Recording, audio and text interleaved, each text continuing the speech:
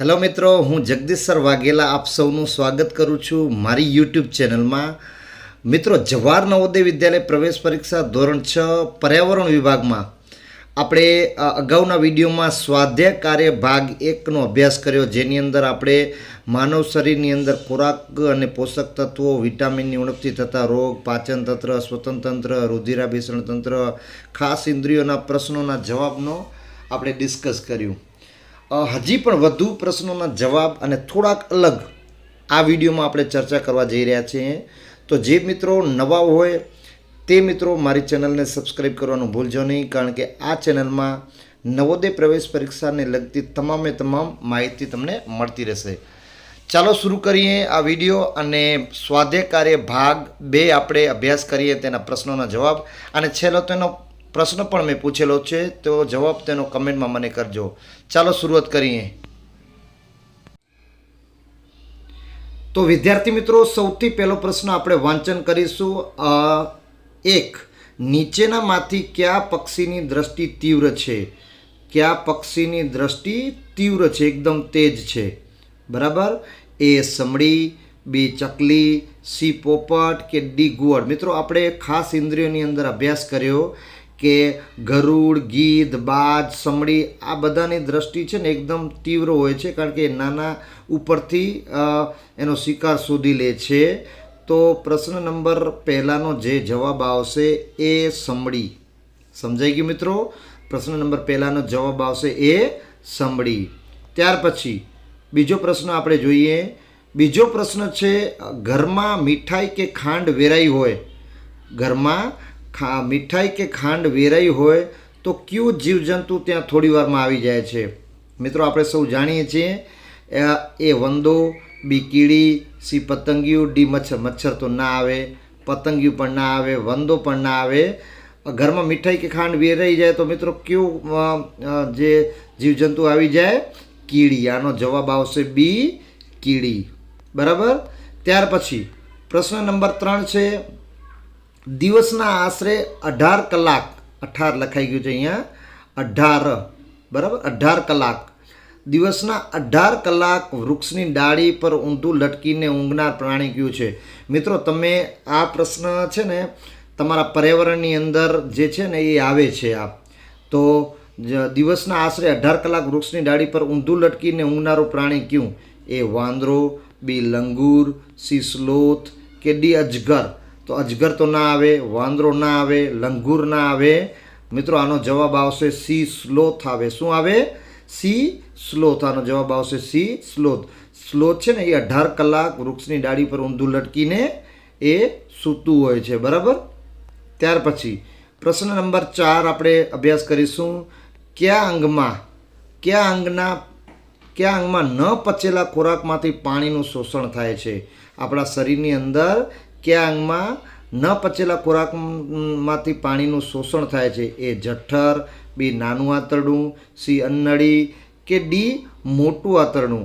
તો મિત્રો, આ ન પચેલા ખોરાકમાંથી પાણીનું શોષણ છે ને એ આપણા મોટા આંતરડામાં થાય છે. મેં જ્યારે આપણે જે પાચન ક્રિયાની અંદર આપણે જ્યારે અભ્યાસ કર્યો હતો ત્યારે મેં જણાવ્યું હતું તમને કે મોટા આંતરડામાં ન પચેલા ખોરાકમાંથી પાણીનું શોષણ થાય છે. બરાબર.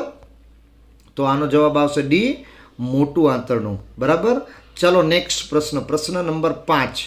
પ્રશ્ન નંબર 5 છે, મચ્છર કરડવાથી કયો રોગ થાય છે? બહુ સરળ પ્રશ્ન છે. એ પાંડુ રોગ, બી કોલેરા, સી મલેરિયા કે ડી મરડો? મિત્રો, આપણે સૌ જાણીએ છીએ કે મચ્છર કરડવાથી કયો રોગ થાય છે? મલેરિયા થાય છે. તો આનો જવાબ આવશે સી મલેરિયા. બરાબર. નેક્સ્ટ પ્રશ્ન આપણે સમજીશું.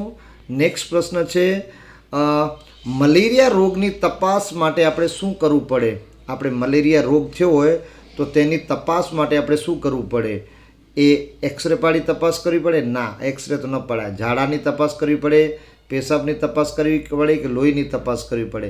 મિત્રો, આપણે સૌ જાણીએ છીએ કે મેલેરિયા જો થયો હોય તો આપણા લોહીની અંદર તપાસ કરવી પડે. એક્સરે, ઝાડા, પેશાબ આ જરૂર નથી હોતી, લોહીની તપાસ કરવી પડે છે. તો આનો જવાબ આવશે ડી લોહીની તપાસ. બરાબર. નેક્સ્ટ પ્રશ્ન નંબર 7. મચ્છરનો ઉપદ્રવ કઈ ઋતુમાં વધુ જોવા મળે છે? મચ્છરોનો ઉપદ્રવ વધુ મચ્છરો કઈ ઋતુમાં હોય? એ શિયાળામાં હોય, બી ચોમાસામાં હોય, સી વસંત ઋતુમાં હોય કે ડી ઉનાળામાં હોય? તો મચ્છરો વધુ ને વધુ કયા ઋતુમાં હોય? ચોમાસામાં, કારણ કે પાણી ભરાતું હોય એટલે આપણે વધુ મચ્છર ચોમાસાની ઋતુમાં જોવા મળે, બરાબર, કારણ કે પાણી ભરાઈ જાય ખાબોચિયામાં પણ મચ્છરો વધુ થતા હોય. તો આનો જવાબ બી ચોમાસામાં આવે, બરાબર. ત્યાર પછી પ્રશ્ન નંબર 8. પ્રશ્ન નંબર 8 આપણે વાંચીએ. લોહીમાં હિમોગ્લોબિન બંધારણ માટે કયું ખનિજ તત્વ જરૂરી છે? આપણી શરીરની અંદર લોહીમાં હિમોગ્લોબિન બંધારણ માટે કયું ખનિજ તત્વ જરૂર છે? એ લોહ તત્વ, બી કેલ્શિયમ, સી આયોડિન કે ડી ફોસ્ફરસ? લોહી તત્વ કયું? લોહ તત્વ, કેલ્શિયમ, આયોડિન કે ફોસ્ફરસ? તો આપણા શરીરમાં આના માટે કયું જરૂરી છે? એ લોહ તત્વ, આયરન, બરાબર. લોહ તત્વને આયરન કહેવાય અંગ્રેજીમાં. ઠીક છે મિત્રો, તો આનો જવાબ આવશે લોહ તત્વ. ત્યાર પછી આપણે પ્રશ્ન જોઈશું. પ્રશ્ન નંબર 9. કયા પ્રાણીની સૂંઘવાની આવડતનો ઉપયોગ ગુનેગારને શોધવામાં થાય છે? આપણે અભ્યાસ કરી ચૂક્યા છીએ. એ ઘોડો, બી ઊંટ, સી હાથી, ડી કૂતરો? મિત્રો, મેં તમને જ્યારે આપણે અભ્યાસ કર્યો ત્યારે સમજાવ્યું હતું કે કૂતરો એવો છે જેની જે સૂંઘવાની શક્તિ છે ને એકદમ તીવ્ર હોય છે. પોલીસ અને ગુનેગાર મર્ડર થયું હોય ત્યારે, કાં ચોરી થઈ હોય ત્યારે કૂતરો સાથે લઈ આવે છે. પોલીસ સ્ક્વોડ કહેવાય, પોલીસ સ્ક્વોડ, ડોગ સ્ક્વેડ કહેવાય છે, બરાબર. તો આનો જવાબ આવશે 9માનો જવાબ આવશે ડી કૂતરો, બરાબર. કૂતરાની સૂંઘવાની આવડત ગુનેગારને શોધવામાં મદદરૂપ થાય છે. ત્યાર પછી આપણે જોઈએ પ્રશ્ન નંબર 10. પ્રશ્ન નંબર 10 છે, માણસની જેમ માથા પર આગળની તરફ આંખો હોય તેવું પક્ષી કયું છે? માણસની જેમ માથા પર આગળની તરફ આંખો હોય તેવું પક્ષી કયું છે? એ ઘુવડ, બી પોપટ, સી કાગડો કે ડી કબૂતર? તો મિત્રો, આનો જે જવાબ આવશે ને એ ઘુવડ. ઘુવડને માથા પર આગળની તરફ આંખો હોય છે, બરાબર. તો એનો જવાબ આવશે એ ઘુવડ, જેને અંગ્રેજીમાં આઉલ કહીએ. શું કહીએ? આઉલ કહેવામાં આવે છે, બરાબર. નેક્સ્ટ પ્રશ્ન નંબર 11. પ્રશ્ન નંબર 11, નીચેનામાંથી કઈ વસ્તુનું નામ સાંભળતા જ મોઢામાં પાણી આવી જાય છે? એવી કઈ વસ્તુ છે જેને આપણે સાંભળીને મોઢામાં પાણી આવી જાય? એ કારેલા ના આવે, કારેલા કડવા હોય. બી કેળા, સી આંબલી, ડી ગોટી? તો આનો જવાબ આવશે સી, આંબલીનું નામ સાંભળતા મોઢામાં પાણી આવી જાય છે, બરાબર. તો જવાબ આવશે મિત્રો, આનો જવાબ આવશે સી, આંબલી, બરાબર. ત્યાર પછી પ્રશ્ન નંબર 12. પ્રશ્ન નંબર 12 છે, કઈ શાકભાજીનો સ્વાદ કડવો હોય છે? કઈ શાકભાજીનો સ્વાદ કડવો હોય છે? મેં હમણાં જ જણાવ્યું. એ બટેટા ના, રીંગણ ના, કોબીજ ના. આનો જવાબ આવશે કારેલાનો સ્વાદ કડવો હોય છે, બરાબર. પણ કારેલાનું શાક વર્ષા ઋતુમાં જ્યારે વરસાદ પડે ત્યારે બહુ આપણે તમને સાંભળી હશે, આ વરે વરસાદ, કારેલાનું શાક, ઊની રોટલી ને કારેલાનું શાક, બરાબર. ઢેબરીયો વરસાદ, ઊની રોટલી ને કારેલાનું શાક, બરાબર. તો આનો જવાબ આવશે બી, કારેલા. ત્યાર પછી પ્રશ્ન નંબર 13. પ્રશ્ન નંબર 13, પાચન તંત્રનો કયો અવયવ ખોરાકને વલોવવાનું કાર્ય કરે છે? મિત્રો, આગળના અભ્યાસમાં પણ મારા ખ્યાલથી સ્વાધ્યાયકારીમાં આ પ્રશ્ન સંભવિત મેં પૂછ્યો હતો, આપણે ડિસ્કસ કર્યો હતો. પાચન તંત્રનો કયો અવયવ ખોરાકને વલોવવાનું કામ કરે છે? એ મોં, બી અન્નળી, સી જઠર કે ડી નાનું આંતરડું? તો આનો જવાબ આવશે મિત્રો સી, જઠર. આપણે આ સ્વાધ્યાયકારી ભાગ 1માં પણ અભ્યાસ કર્યો હતો, થોડોક અલગ રીતે પૂછ્યો હતો. તો વલોવવાનું કામ કરે છે, બરાબર. તો આનો જવાબ આવશે સી જઠર આવશે. શું આવશે? સી, જઠર. ત્યાર પછી પ્રશ્ન નંબર 14. પ્રશ્ન નંબર 14, ખોરાકનું સંપૂર્ણ પાચન કયા અવયવમાં થાય છે? આ પણ આપણે અભ્યાસ કરી ચૂક્યા છીએ. મોંમાં, જઠરમાં, સી નાના આંતરડામાં કે ડી મોટા આંતરડામાં? તો મિત્રો, આપણા ખોરાકનું જે સંપૂર્ણ પાચન છે ને એ ક્યાં થાય છે? નાના આંતરડામાં થાય છે. ક્યાં થાય છે? નાના આંતરડામાં, બરાબર. તો આનો જવાબ આવશે નાના આંતરડામાં. ત્યાર પછી પ્રશ્ન નંબર 15, લોહીમાં હિમોગ્લોબિનની માત્રા ઘટી જાય તો કયો રોગ થાય? જો આપણા શરીરમાં હિમોગ્લોબિન ઘટી જાય, HB ઘટી જાય, બરાબર, તો કયો રોગ થાય? એ મલેરિયા થાય, બી પાંડુ રોગ થાય, સી ટાઇફોઇડ થાય કે ડી કોલેરા થાય? તો મિત્રો આપણે જ્યારે આ લોહીની ઉણપ હિમોગ્લોબિનની લોહીની ઉણપથી થતા રોગોમાં આપણે અભ્યાસ કર્યો હતો કે પાંડુરોગ લોહીની ઉણપથી થાય છે, બરાબર. હિમોગ્લોબિનની માત્રા ઘટી જાય તો પાંડુરોગ થાય છે, બરાબર.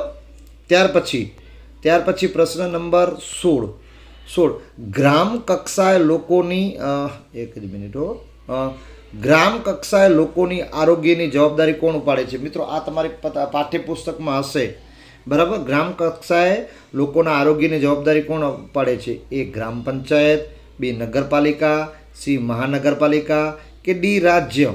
તો આપણે સૌ જાણીએ છીએ કે ગ્રામ કક્ષાએ ગ્રામ પંચાયત એ આરોગ્યની જવાબદારી સંભાળે છે. ગ્રામ પંચાયત ઉપાડે છે, બરાબર. તો જવાબ આવશે એ. ત્યાર પછી પ્રશ્ન નંબર 17 લાંબા સમયથી ભરાયેલા બંધિયાર પાણી પર લીલા રંગનું આવરણ જોવા મળે છે. મિત્રો આ જ્યારે ચોમાસા ઋતુમાં તો ગમે ત્યાં લાંબા સમય જ્યાં પાણી ભરેલું હોય ને, પાણી એકદમ ખાબોચિયામાં કે ગમે ત્યાં ટાંકામાં, તો એના પર લીલા રંગનું જે આવરણ બને છે ને એને શું કહેવામાં આવે છે? એ તો બહુ સિમ્પલ પ્રશ્ન છે, તમારી પાઠ્યપુસ્તકમાં હશે. એ પોરા, બી ફૂગ, સી લીલ કે ડી મનીવેલ? તો આનો જે જવાબ તમે બુદ્ધિમત્તાથી તમે મિત્રો આનો જવાબ શું આવે? આપણે સી લીલ જામી જાય છે. લીલા રંગની લીલ જામી જાય છે, બરાબર છે. તો જવાબ આવશે સી લીલ. પછી નેક્સ્ટ પ્રશ્ન આપણે જોઈએ. પ્રશ્ન નંબર છે 18 માખી દ્વારા ફેલાતો રોગ કયો છે?